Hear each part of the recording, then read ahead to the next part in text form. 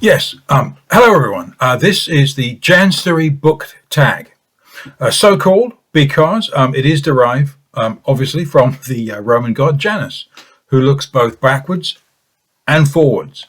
So hopefully we've got a few days left in January of this year, and hopefully that kind of sort of makes sense. There are just five questions. So straight away, question number one: what is the most recent history book you have read? And for me, that is that one, Babylon, Mesopotamia, and the Birth of Civilization by Paul Kryachek. And yeah, I heard from someone else talking about the book that the word should be should be pronounced as Kribachek. But anyway, Kryachek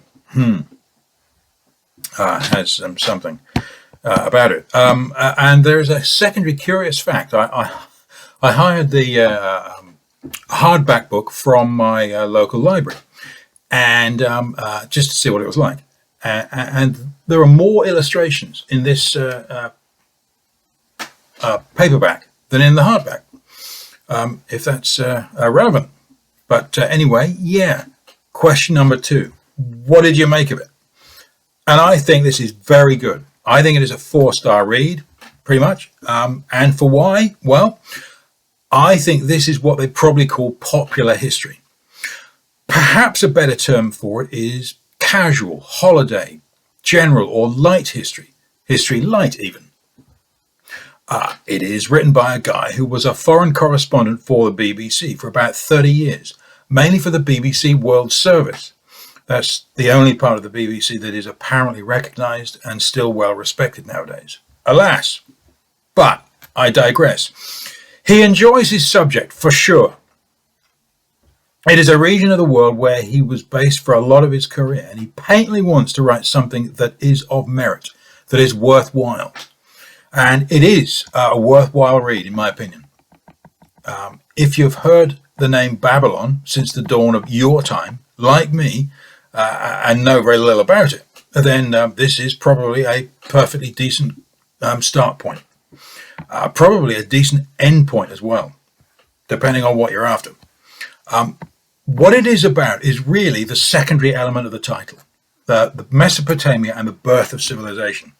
And what that means is a vast period of time is covered, from the first ever urban towns or cities built and lived in by the human race, through to the fall and disappearance of that entire culture and civilization.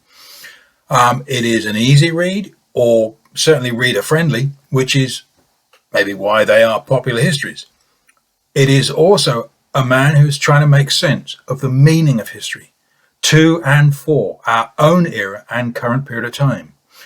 And that is what makes this book jump.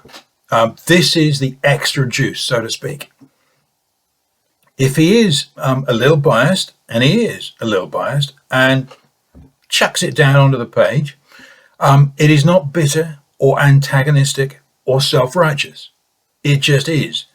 It's rather matter-of-fact and mild on those rare occasions. So,